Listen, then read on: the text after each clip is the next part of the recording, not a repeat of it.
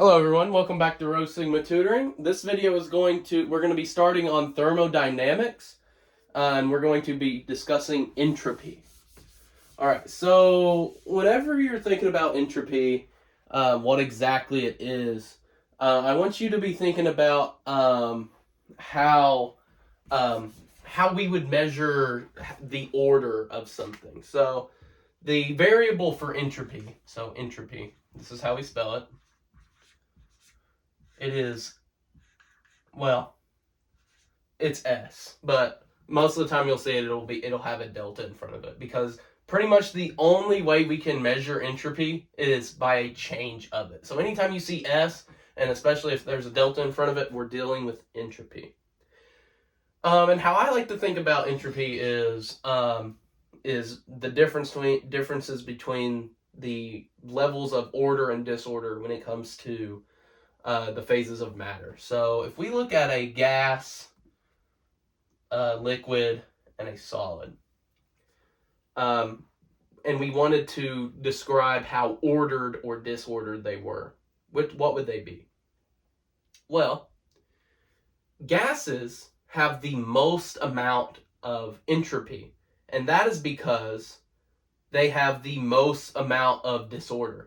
Because if you're thinking about gases, they are literally just going all over the place. They are, gases just bump off of other molecules, and they bump off whatever its container is. They're just crazy. So their level of disorder is very high, so their entropy is very high. For a liquid, it doesn't have as much entropy as a gas, but it has more than a solid. So liquids, you can think about how much disorder or order they have. They're not just sitting in one spot. They fill up a container. They can fill up a container. Whereas a solid, whatever volume it takes up, that's how much it's going to take up. It's not it. So if we're just looking at entropy, the more spread out it gets, that's another way you could think about it. The more disordered it seems, the more entropy it's going to have.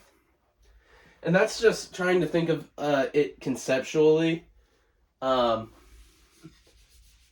Just that way you have a little bit more. That way it's not just some magic term that a lot of people think it is.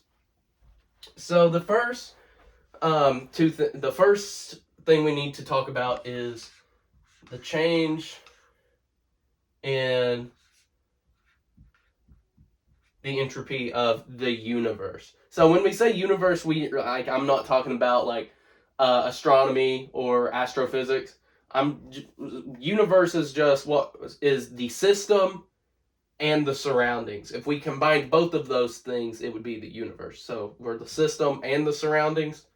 That's what we call the universe. So the first reaction we need to know from this is that the change in the entropy of the universe is equal to the change in entropy for the system plus the change in entropy for the surroundings. So nothing too complicated there.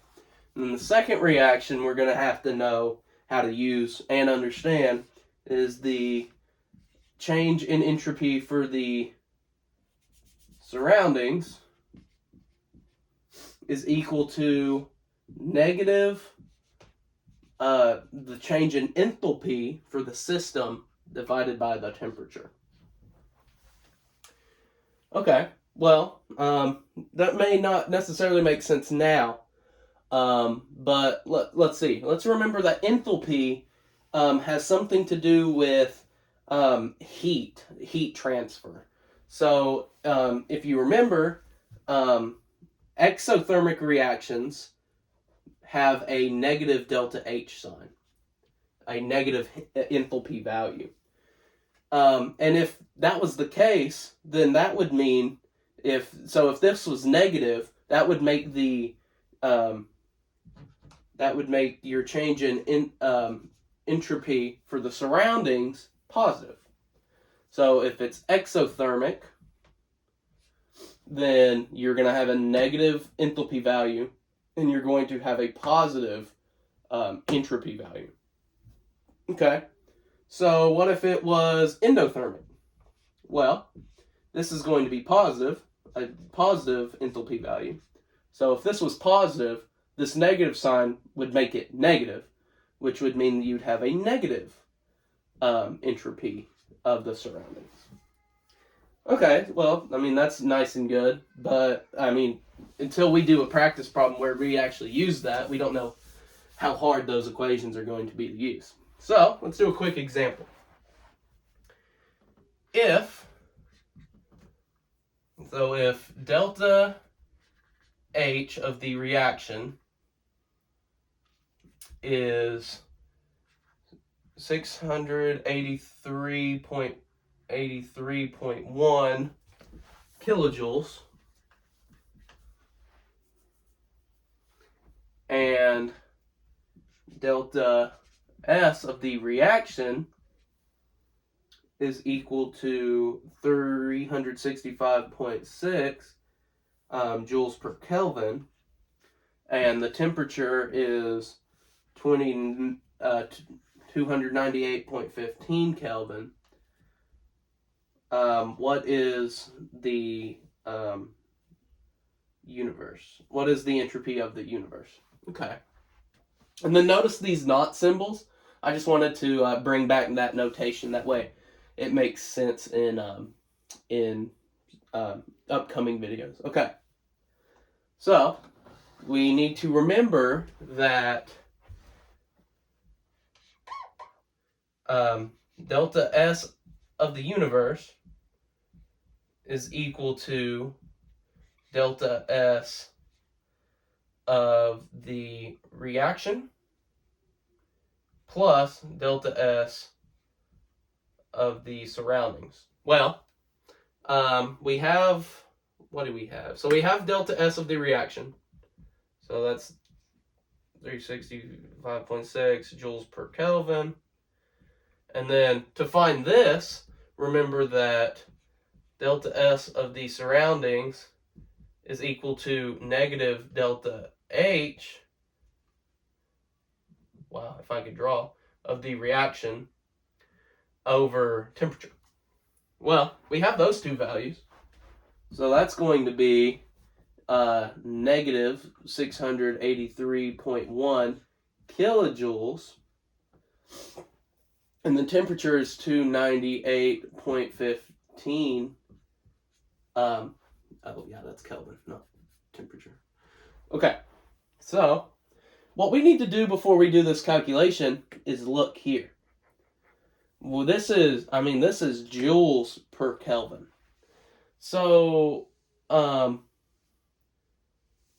we can go ahead and do this calculation. We just need to realize that this is joules per Kelvin, this is kilojoules per Kelvin. So, negative 283.1. We divide that by 298.15. Wow, I entered that in wrong. 2.1 divided by 298.15. Okay, so that's going to be 2.29 kilojoules per Kelvin. Okay, so we need to convert one of these. I'm going to pick this one because all we have to do is change that. So that's super easy. Okay, yeah, super easy. So now we just need to subtract these things by each other. So 0.3656, we subtract that by 2.29. We are going to get delta S of the universe is negative 1.92 kilojoules per Kelvin. Okay, so we're losing a certain amount of entropy, which should make sense because we did the math and it makes sense. Okay, so good. All right, so that'll do it for the first video. Join us back next time. We're gonna have a video on Gibbs free energy, which is where thermodynamics really gets fun. Thank you.